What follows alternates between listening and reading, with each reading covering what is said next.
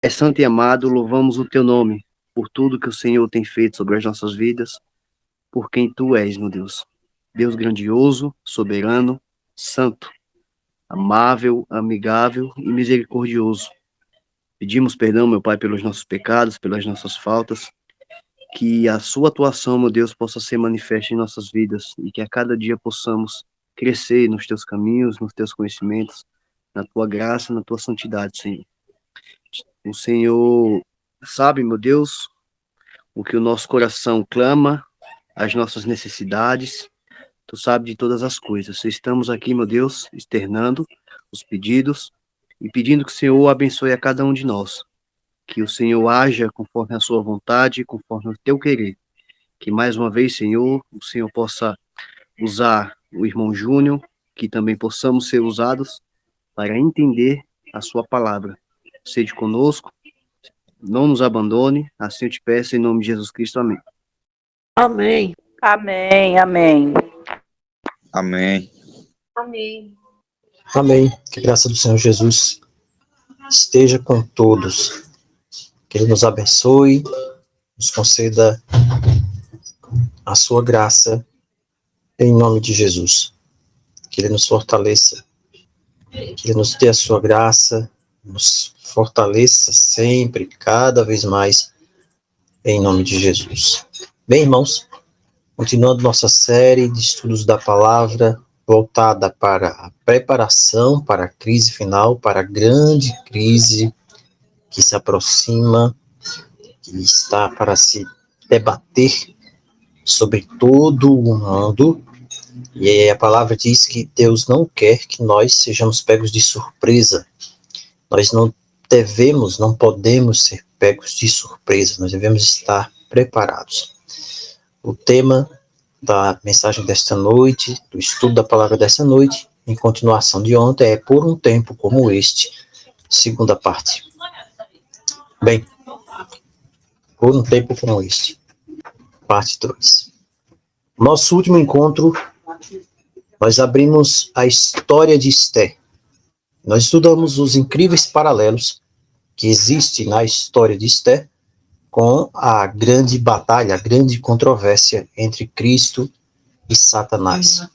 Isso nos personagens que existem na história, nos tipos e nos símbolos também que existem nos eventos envolvidos nessa história. Hoje nós vamos olhar para um pouco mais desse enredo, dessa história, desse roteiro que foi desenhado lá nos céus, esse roteiro épico, que o Criador já sabia de todo ele, como iria acontecer, mas que veio como uma previsão da mente de Satanás para destruir a igreja de Deus em um dia, e como acontece essa poderosa libertação através de Esther e Mordecai.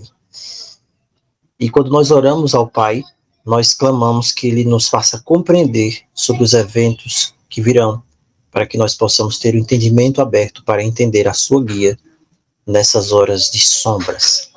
Bem, as experiências difíceis que chegaram ao povo de Deus nos dias de Esther, elas não serão peculiares apenas a este tempo que passou. Ou seja, não, isso não vai acontecer mais. Pelo contrário, nós falamos disso ontem. João, o revelador, olhou para o fim dos tempos, e por isso está escrito em Apocalipse 12:17, que o dragão está irado contra a mulher, e ele fará guerra, e foi fazer guerra com o restante da sua semente, os que guardam os mandamentos de Deus e têm o testemunho de Jesus Cristo. Que características para definir o povo de Deus? Quem é o povo de Deus? Qual é a igreja verdadeira? Essa resposta está clara aqui em Apocalipse, capítulo 12, versículo 17, também Apocalipse 14:12, também Apocalipse 22:14. O dragão está irado contra aqueles que guardam os mandamentos de Deus e têm o testemunho de Jesus Cristo. O mesmo espírito que, nos tempos passados, na época de Esther, levou os homens a perseguir a igreja verdadeira, que não está relacionada a uma placa, no futuro também, muito em breve, levará à busca de um curso, uma ação semelhante para destruir aqueles que mantêm sua lealdade a Deus. Estes preparativos já estão sendo feitos agora para este último grande conflito. Essa declaração é muito séria. Ela é muito séria porque ela nos mostra. Essa declaração nos dá informações sobre o futuro. A história de Esther é uma história tipológica sobre o futuro. Esther, na verdade, é um tipo da igreja remanescente. Esther é um tipo dos 144 mil. Isso fica bem claro na história. É um tipo dos 144 mil. Imagine a sabedoria de Deus quando Deus coloca uma história na Bíblia que tem princípios que são tão perfeitos, que se adequam tão perfeitamente para os últimos dias, para nos ensinar o que nós devemos esperar em um futuro não tão distante. Aquelas pessoas que não têm uma compreensão clara das profecias, por exemplo, Daniel, Apocalipse 12, 14, imagem da besta, marca da besta, essas coisas todas. Se as pessoas não têm uma compreensão sobre isso, clara sobre esses eventos, eles podem ter sim alguma dificuldade em compreender essas coisas mais aprofundadas no livro de Esther. Mas aqueles que buscarem como o tesouro escondido, eles vão encontrar na história de Esther uma revelação que vai muito além da história em si. É assim que Deus tem trabalhado. Ele opera de forma oculta, ele opera de uma forma muitas vezes não totalmente clara, mas ele envia mensagens codificadas ao seu povo. Deus se utiliza de criptografia profética, vamos dizer assim. É uma mensagem criptografada. Essa mensagem ela não pode ser interceptada por terceiros. Hoje nós estamos na época das informações criptografadas. O seu mensageiro aí, seja o WhatsApp, o Telegram, eles vão dizer para você, para lhe passar segurança, que as mensagens trocadas, elas são criptografadas, elas têm um código próprio que ninguém pode invadir, ninguém pode quebrar a sua privacidade. Deus, irmãos, é o primeiro a trabalhar com criptografia. Ele envia mensagens com símbolos proféticos para que apenas o seu povo possa compreender. Se o seu povo está sintonizado, eles então conhecerão a linguagem criptografada divina e eles compreenderão essa mensagem. E eles poderão então ser preparados. E o inimigo não poderá interceptar essa mensagem. Tudo o que é requerido é apenas que a sua mente esteja sintonizada nas ondas do céu, no canal espiritual, para que você possa conhecer e experimentar qual é a verdade de Deus. No nosso último encontro, nós soubemos que Assuero desempenha um papel na história de Esther que simboliza o lugar de Deus, na verdade, dentro dessa grande controvérsia. Nós também vimos que Vasti, a rainha que foi deposta, ela simboliza a igreja hebraica, o próprio Israel, a igreja primitiva também, a igreja protestante também, que foram escolhidas, mas que depois foram depostas da sua condição de rainha, mesmo sendo escolhido por Deus por causa da sua falha em obedecer e representar perfeitamente o caráter de Cristo. Então, Vasti, ao ser deposta, simboliza a igreja hebraica própria, Israel, simboliza a igreja primitiva, quando se apostata, quando entra o papado ali, e também a própria igreja protestante também, e o movimento de reavivamento dos anos de 1800, tá bem? Mas Esther representa, basicamente, os remanescentes. Esther representa os 144 mil, a última igreja remanescente pura, cujo caráter, o belo caráter, irá revelar a Cristo ao mundo em toda a sua plenitude, em toda a sua beleza. Mordecai, por sua vez, ele representa, com certeza, fortemente a Cristo. E isso de muitas maneiras ao longo da história. Ele adotou Esther como Cristo adota a sua igreja. Ele se senta no portão do palácio. É ele quem garante o caminho para o rei, é através dele que alguém pode ir até o rei, assim também como Cristo. Cristo é o caminho, a verdade e a vida, é ele quem assegura o caminho para o Pai, para a alma arrependida, para mim e para você, pois ele disse, ninguém vem ao Pai senão por mim. Cristo, ele é o caminho. Mordecai, ele é um dos dois antagonistas ali da história, entre ele e Amã, assim também como Cristo é o grande antagonista de Satanás. E Satanás é o grande antagonista de Cristo. Então, nós percebemos aqui que nós temos uma mensagem do santuário, nós temos uma mensagem de purificação do povo de Deus, tudo aqui na história de Esther. Nós temos aqui o dia de Pentecostes na história de Esther, nós temos a ceia do Senhor na história de Esther, nós temos o tempo de angústia e inúmeros outros tipos poderosos da Escritura que nos apresentam eventos que ainda virão e o amor e o cuidado de Deus pelo seu povo. Na história de Esther, ela é a última mulher que vem até o tribunal ao momento de avaliação, vamos dizer assim, ao desfile, não é isso? Ao juízo, ao julgamento, para saber qual delas seria escolhida a próxima rainha. O capítulo 2, no verso 8, diz que depois de muitas das donzelas se reunirem lá na cidadela de Suzã, sob a custódia lá do Hegai, é que Esther é trazida também para a casa do rei. Com certeza, Mordecai, ele espera até que as outras donzelas tivessem chegado antes de deixar Esther ir para o tribunal. Por quê? Porque é um tribunal, seriam julgadas, todas estas mulheres, elas seriam julgadas para se escolher, então, qual seria a próxima rainha. Então, é Mordecai quem está controlando isso. Ele queria enviar Esther por último, ela chega por último, ela é a última que é apresentada, porque ele queria causar uma impressão, como nós já vimos ontem, entre todos. E, com certeza, irmãos, Jesus tem guardado o melhor para o final. A sua igreja remanescente, aqueles que constituem a sua igreja remanescente, são estes que terão a maior quantidade de luz de todos os séculos. São eles que são os mais bem conhecidos e conhecedores de toda a história. Mas muitos hoje, os que afirmam fazer parte do remanescente, não compreendem o privilégio, o tão grande privilégio e vocação que a igreja remanescente possui. Ela é a última que chega e ela é a mais importante, ela é a escolhida para ser a rainha. Você prestou atenção como Esther, ela recebe o melhor lugar? É Esther quem recebe o melhor lugar na casa das mulheres, não é isso? A igreja remanescente também, ela tem a maior luz, a maior quantidade de luz, os maiores privilégios, as maiores oportunidades e as maiores responsabilidades. Esther foi a última a entrar, porque então ela se tornou a noiva do rei. Quando Assuero viu Esther, ele não precisou mais de outras mulheres.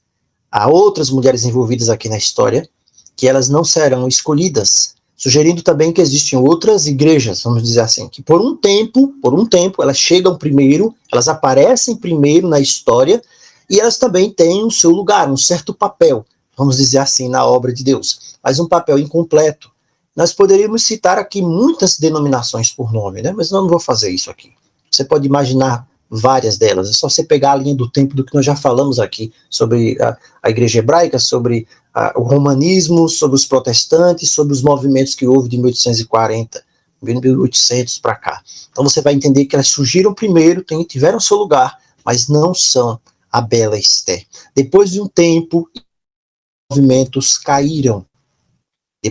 Esses movimentos caíram, eles falharam em avançar com a luz e com a verdade, mas para esse momento aqui que nós estamos vivendo, para a última crise na história do mundo, que é prefigurada no livro de Esther, Deus escolherá a última igreja, a igreja remanescente, para que possa representá-lo em toda a sua plenitude. Capítulo 3 do livro de Esther, ele vai começar com um novo personagem agora. Diz assim: depois dessas coisas fizeram o rei Assuero promover o Amã, o filho de Amedata, o Agagita, e ele então cresce, e ele está com o seu lugar acima de todos os príncipes que estavam com ele. A pergunta é: quem é Amã? Bem, a escritura nos diz claramente que Amã, ele é um Agagita. A pergunta é: quem eram os Agagitas? Bem, os Agagitas, eles não poderiam ser outro grupo de pessoas, senão os descendentes diretos do rei Agag. Você lembra da história de Agag, de Samuel, na desobediência de Samuel?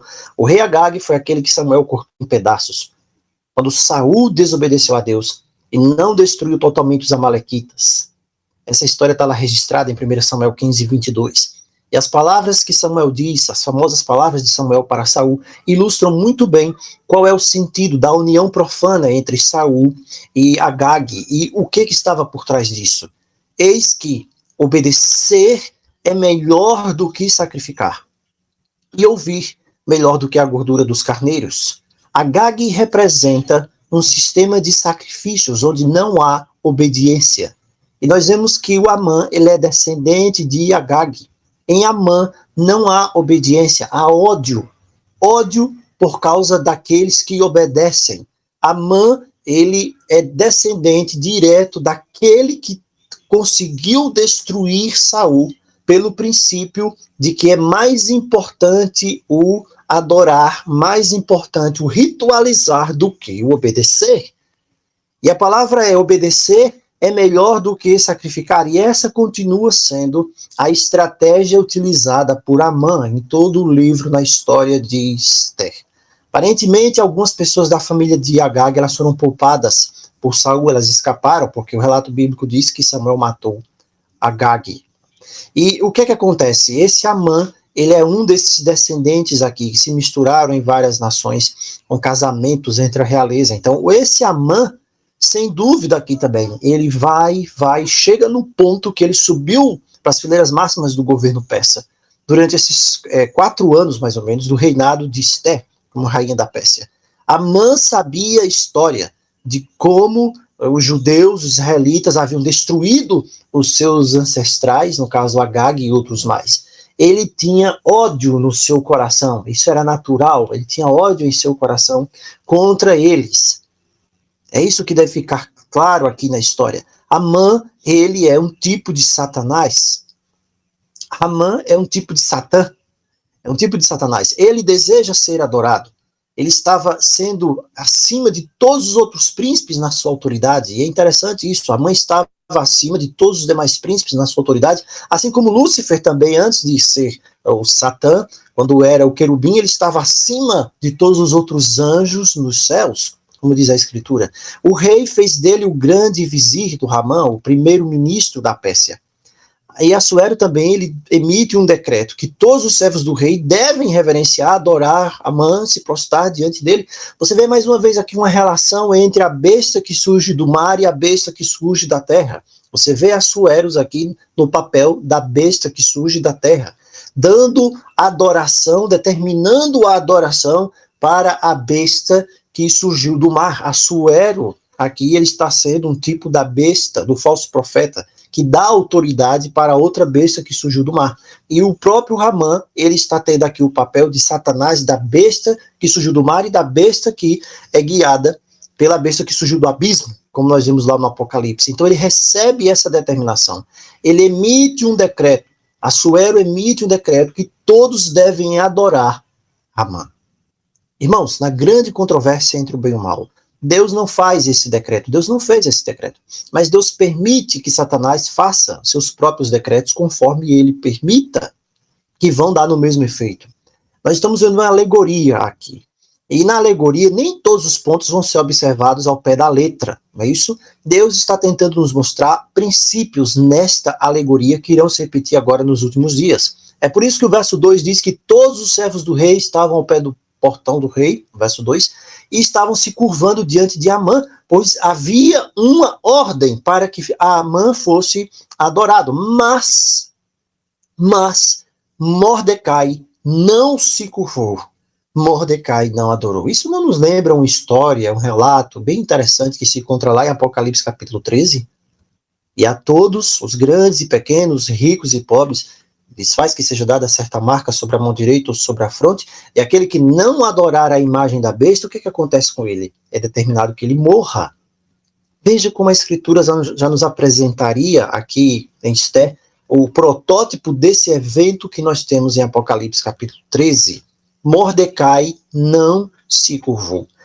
A ordem do rei exigia um ato de adoração, a adoração de um homem montado ali acima de todos os outros homens. Apocalipse 13:4 diz que eles adoraram o dragão, que é Satanás, que deu poder à besta, e eles adoraram a besta. A besta aqui é o poder que está ali sendo guiado por Satanás. É o poder de Satanás na terra. Ao adorar a besta, eles também estão adorando o dragão. Satanás tem um poder institucionalizado em Apocalipse 13. Em Amã, nós temos um representante de Satanás e da besta também em uma forma humana. E por isso Mordecai não pode adorar este homem. Mordecai, ele é leal a Deus. Amã representa tanto o anticristo quanto o dragão na grande controvérsia, que são os arqui-inimigos de Deus, do povo de Deus. Adorar Amã é algo impensável. Da mesma forma, Cristo, de quem Mordecai é um tipo, no deserto da tentação, ele não irá se curvar a Satanás. Será que hoje o seu povo, o povo de Deus, ele é tão leal a Deus como Mordecai foi? Hoje, muitas vezes, irmãos, nós temos o Amã, o Agagita, e ele pode estar mais próximo do que jamais nós imaginamos. Quem sabe haja um Amã, o Agagita, na sua casa, na sua vida. Quem sabe haja ainda o Amã da novela dentro da sua casa. Quem sabe haja ainda o Amã do jogo de futebol, do clássico de Flamengo e Palmeiras. Quem sabe haja ainda o Amã da revista obscena. Quem sabe haja ainda o Amã do vestido decotado, das roupas impróprias, da vaidade na sua vida. Quem sabe haja ainda o Amã do brinco, da vaidade.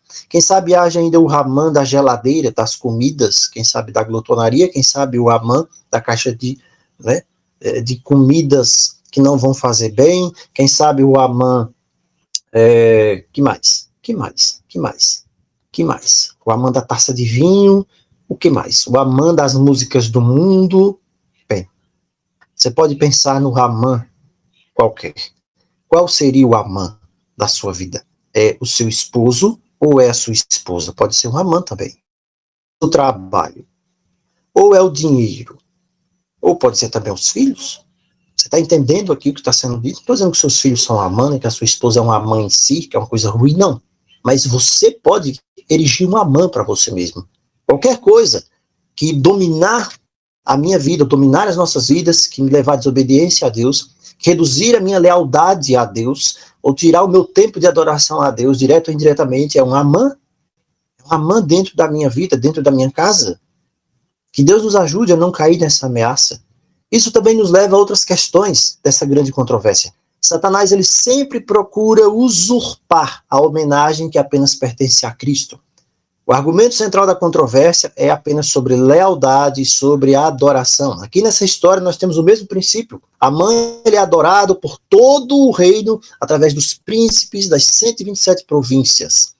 Assim também Satanás receberá a adoração e a homenagem que resistirão até o final. Interessante esse paralelo, não é verdade? Os servos do rei estavam curiosos sobre isso, eles ficaram curiosos. As pessoas não desobedecem, geralmente, ninguém ia desobedecer a uma ordem do rei, nem uma ordem do primeiro-ministro, se não tivesse um motivo muito grave.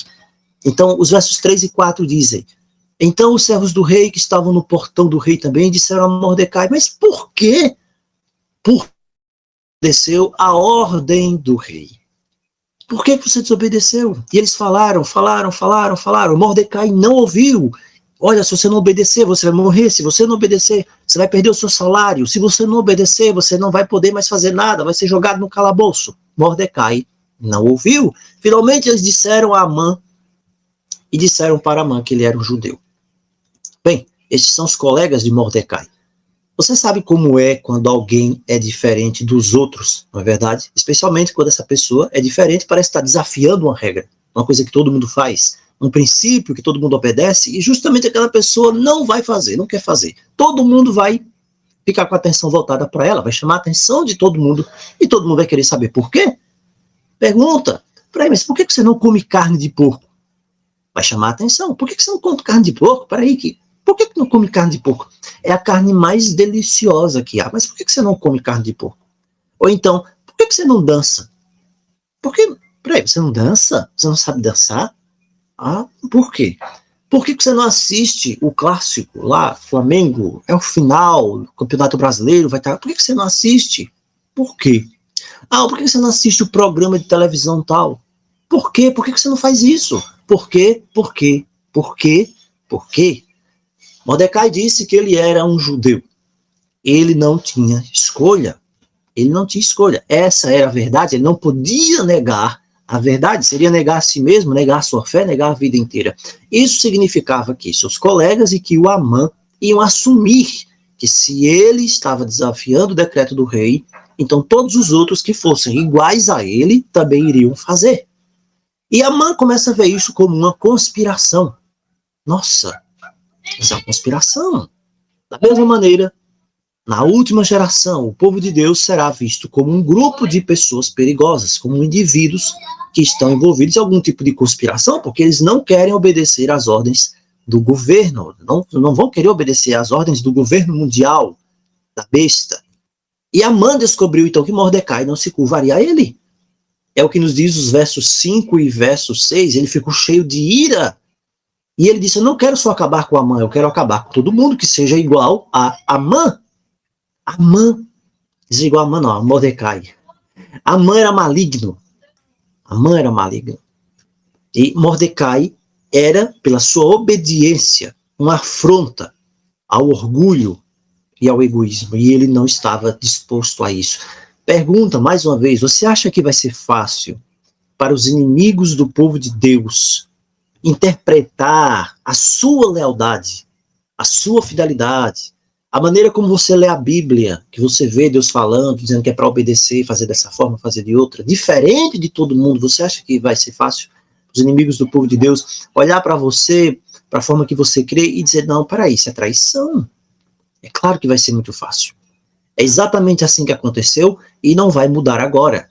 Você vai ser tido como antipatriótico, como um conspirador, como um extremista, como um traidor. Como um traidor. As pessoas verão naquele pequeno grupo de fiéis, de remanescentes, como um Mordecai. É um Mordecai que está ali. A reverência do povo de Deus, pela sua lei, pela obediência ao Criador, vai ser uma repreensão àqueles que se afastaram. Estão pisoteando a sua palavra, estão adorando falsos deuses, que não creem que há apenas um único Deus, e o Filho de Deus, Jesus Cristo. Pense sobre isso. No final dos tempos, os inimigos de Deus, do seu povo, eles vão ver você um Mordecai no portão. A igreja representa Cristo. E eles, então, serão tratados como Cristo foi tratado. Mordecai era o objeto da ira de Amã, assim também como Cristo é o objeto da ira de Satanás. Amã queria matar todo o povo de Mordecai, assim como Satanás pretende destruir todo o povo de Cristo, a sua última verdadeira igreja na terra. Eles serão espalhados, assim como foram naquela época também pelas províncias da Pérsia. Eles não terão estrutura para protegê-los, mas eles estarão sob a orientação e proteção do Altíssimo, e isso basta. Então agora, o Amã começa uma conspiração própria, um esforço próprio para acabar com aqueles que ele diz que estão traindo o poder constituído. Ele começa a planejar contra todos por causa de Mordecai. E ele diz, eu tenho um favor dos deuses, e ele vai fazer um plano, e ele vai trabalhar naquele plano quase por um ano inteiro, até chegar o momento certo de se aproximar do rei Assuero. Capítulo 3, versos 8 e 9, não é isso? Amã vai até o rei Assuero e diz, olha, tem um certo grupo de pessoas aí que estão espalhadas. Ah, irmãos, Deus tem fiéis que estão espalhados. Tem um pouco aqui, tem um pouco ali, mas eles são fiéis. E ele vai dizer, eles não mantêm as leis de ninguém, eles não estão obedecendo, e veja que ele tenta até subornar o rei aqui. Ele acusa eles de traição, ele mente sobre eles, ele faz generalizações sobre eles. Diz, olha, eles não obedecem nada, eles são terríveis. Eles são terríveis. Será que está chegando um momento também em que você pode se deparar com a mesma situação? Você acha que você terá algum momento na sua vida, em algum dia, de quebrar uma lei civil da terra, para que você possa ser leal à lei de Deus? Bem, eu acredito que sim. É a chamada lei de adoração, que o Apocalipse fala, em Apocalipse 13, as leis de adoração do antigo dia do sol, dia pagão do sol. Essas leis irão voltar com força. Apocalipse 13 fala disso. Aqui na história de Esté, Deus nos dá uma previsão disso aqui, dessa lei da adoração ao sol, que é usada como um pretexto para que possa ser destruído o povo de Deus naquele momento. Durante toda a história, o maior número de pessoas perseguidas sempre foram aqueles que adoraram ao Criador dos céus e da terra. Você vai ver isso. Na crise final, novamente serão estes que adoram o Criador dos céus e da terra que serão alvos das opressões. E eles irão passar, serão alvos, assim como foi no passado, na época da Rainha Esther, de uma grande tentativa de um plano de genocídio. Como é que é ser alvo de genocídio? Você já parou para pensar sobre isso? Procura ler os relatos, né, daquilo que foi o Holocausto. O que aconteceu lá no 11 de setembro, então? O que as pessoas fazem quando elas se sentem ameaçadas por algum grupo de pessoas? O que elas fazem? Elas vão procurar vingança, vão procurar revidar. Então, nos últimos dias, o povo de Deus será visto como uma ameaça e haverá um espírito de vingança. E isso vai ficar além da razão. Você pode olhar para o Iraque, por exemplo. O que acontece com o Iraque? Após o 11 de setembro, o Iraque ele tornou-se o bode expiatório dos Estados Unidos. Vários soldados americanos, eles foram acusados, foram levados ao Conselho de Direitos Humanos da ONU, acusados de crimes de guerra, de coisas horríveis contra o povo civil do Iraque, no momento em que eles estavam ali na invasão ali do Iraque. Então essas coisas fogem do controle. Um dia, também, nos últimos dias, você pode pensar que isso não vai acontecer, mas está na Escritura. Isso irá também ser virado contra o povo de Deus. Na época de Esther, houve um decreto geral de morte. E esse decreto geral de morte aqui, ele ignorou todo o sistema judicial. Não havia lei. Não, para isso aqui, o que Amã queria, não havia lei. Isso aqui estava acima da lei. Então ninguém podia recorrer, nossa, mas por que eu vou morrer? Não, simplesmente porque você vai morrer. Então, nos últimos dias também, o povo de Deus não pode esperar ter uma audiência. Você não vai receber uma carta, uma intimação, dizendo, venha se apresentar aqui no tribunal da nova ordem mundial, porque você não está adorando a besta nem a sua imagem. Não vai haver isso. A única salvaguarda para o povo de Deus será o próprio Deus. Ele que vai usar os seus meios para nos livrar. Nós não vamos depender, o povo de Deus não pode depender do braço da carne, das leis dos homens para ser protegido. Na verdade, na nova ordem dos últimos dias, no domínio da besta, vai haver uma quebra geral de todo o sistema judicial do mundo. Não será como nós pensamos mais. Haverá uma ruptura dos governos do mundo, dessa questão de democracia, de republicanismo. Haverá apenas tirania e ditatorialismo, ditadores. É isso que a palavra nos diz. É apenas isso. O povo de Deus, então, ele terá de passar por essas experiências amargas que lá em Jeremias já fala como sendo o tempo de angústia de Jacó. E Deus, por mais que eles pensem que não ou não vejam, ele ainda estará, sempre estará no controle de todas as coisas. Será que Esther tinha anjos ao seu lado? Claro que sim. Claro que ela tinha anjos ao seu lado. Da mesma maneira, Deus colocará os seus anjos ao redor do seu povo em todas as emergências.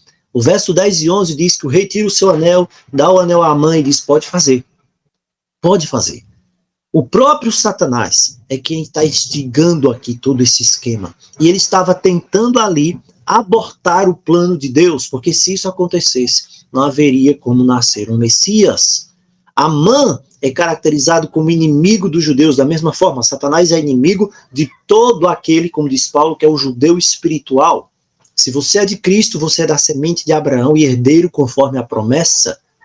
Então, se você é um desses, lembre, Satanás, ele está no seu encalço. Observe também que Amã, ele precisa pedir autorização ao rei Assuero. Ele precisa que o rei autorize para que ele tenha poder de buscar a destruição do povo de Deus. Da mesma maneira, Satanás também precisa pedir permissão. Ele não tem autorização natural. Tudo é feito conforme a mão do Altíssimo preveja. Nada foge da sua previsão. Então, Satanás deve pedir permissão a Deus para causar esses problemas, o chamado tempo de angústia, a grande tribulação final, a angústia de Jacó. É só você lembrar da história de Jó e você vai ver que é assim, é o mesmo princípio. No verso 15, é dito que os mensageiros saem por todo o reino. E a notícia viaja muito rápido. Ela é muito rápida. E todos aqueles que estavam ali, eles entram numa profunda angústia. O momento de angústia chegou, a crise final chegou, só que eles não estavam preparados. E agora eu faço uma pergunta para você. Você acha que o povo de Deus hoje está preparado? Você acha que as pessoas hoje, que na grande maioria estão ouvindo fábulas aí, elas estão prontas se o grande tempo de angústia começasse agora? O propósito de Satanás é manter os seus planos escondidos pelo maior tempo possível e manter o povo de Deus dormindo, os candidatos ao reino dos céus, digamos assim, dormindo nos seus pecados, para que eles não estejam prontos. Então, quando vem uma grande surpresa, eles serão pegos como ladrão durante a noite. Serão pegos como ladrão durante a noite. Isso é muito sério. Isso é muito sério. Então, Deus nos deu uma ilustração clara do futuro do seu povo. E nós devemos prestar atenção nisso. Pergunta, como está a sua caminhada espiritual com Deus? Como está? Você pode ser um Mordecai no portão? Você está sendo Mordecai no portão? Você pode ser um Esther que vai agir com temor a Deus, com fé, com risco da própria morte, quando as circunstâncias exigirem isso. Nós devemos orar para que isso aconteça. Eu oro para que Deus me capacite assim, que Deus nos ajude a ser fiel, que Deus te ajude a ser fiel, porque todas essas coisas que aconteceram no tempo de Esther voltarão a acontecer. Capítulo 4, verso 1 ao 3, diz que Mordecai percebeu tudo o que foi feito. Ele alugou ali, pegou as suas roupas, o saco de cinza, e ele foi para a cidade, e ele gritou, e ele clamou, e ele foi para o portão do rei. Nós vemos que existe um momento de dificuldade aqui surgindo sobre o povo de Deus. O povo de Deus agora, ele é culpado de coisas de que ele não é culpado. Isso traz uma grande angústia, é a pior angústia que eles já experimentam. Você já passou por uma angústia? Eu tenho certeza que alguns aqui já passaram por angústias recentes. Quem sabe você esteja passando por uma angústia agora. Nós sabemos como é a angústia, não é verdade? Como é desesperadora a angústia quando ela vem ao coração. Você não sente forças, você não sente, escape. Mas deixa eu te dizer uma coisa. No momento que essa grande angústia vier, aqueles que forem fiéis a Deus serão vistos por todos ao redor da pior forma possível. E não vai haver ninguém para defendê-los, apenas a defesa que virá do alto. As circunstâncias da crise final trarão esse fiel remanescente de Deus em grande angústia. Mas eles não terão feito nada de errado, eles deram aviso e eles expuseram a adoração à besta. Mas o mundo adora a besta. E muitos daqueles que antes eram irmãos agora não são mais. Muitos daqueles que eram amigos agora estão se voltando contra eles. E isso fará com que eles entrem em uma situação de grande angústia, onde eles terão de se apegar mais e mais a Cristo, se agarrar a Cristo e somente a Cristo. Não haverá pai, não haverá mãe, não haverá um advogado, não haverá defensoria pública, não haverá o MP, não haverá ninguém. Somente Cristo. É isso que vai ser durante o grande tempo de angústia, só que pior. Durante a grande crise de Esther, ela teve que ficar cara a cara com a missão, com a vocação. E a pergunta é, por que ela estava lá no reino? Eu tenho certeza que nesse instante essa questão foi respondida. Deus, que tem todo o conhecimento prévio, colocou Esther lá para um tempo como este. O mesmo Deus que tem todo o conhecimento, que domina todas as coisas, ele também pode colocar você onde você está, ou onde você vai estar, exatamente para um momento como este. A resposta de Mordecai é semelhante à maneira como Cristo se sente quando também a sua igreja é angustiada. Cristo se angustia também. Mas é essa crise, essa própria crise que vem sobre o remanescente, que é necessária para purificar esse remanescente, para que ele seja então aquilo que Cristo quer. Mordecai é angustiado, mas Mordecai, ele não deixa de se identificar com o sofrimento do povo de Deus. As empregadas de Esther ouviram o que tinha acontecido, Mordecai estava no portão vestido de saco de cinza, elas vão dizer para Esther, Esther tem um diálogo com Mordecai, e Mordecai diz, olha, você precisa fazer alguma coisa. O que acontece na fé de Mordecai? Nós temos a fé de Mordecai. Ele sabe do poder de Deus.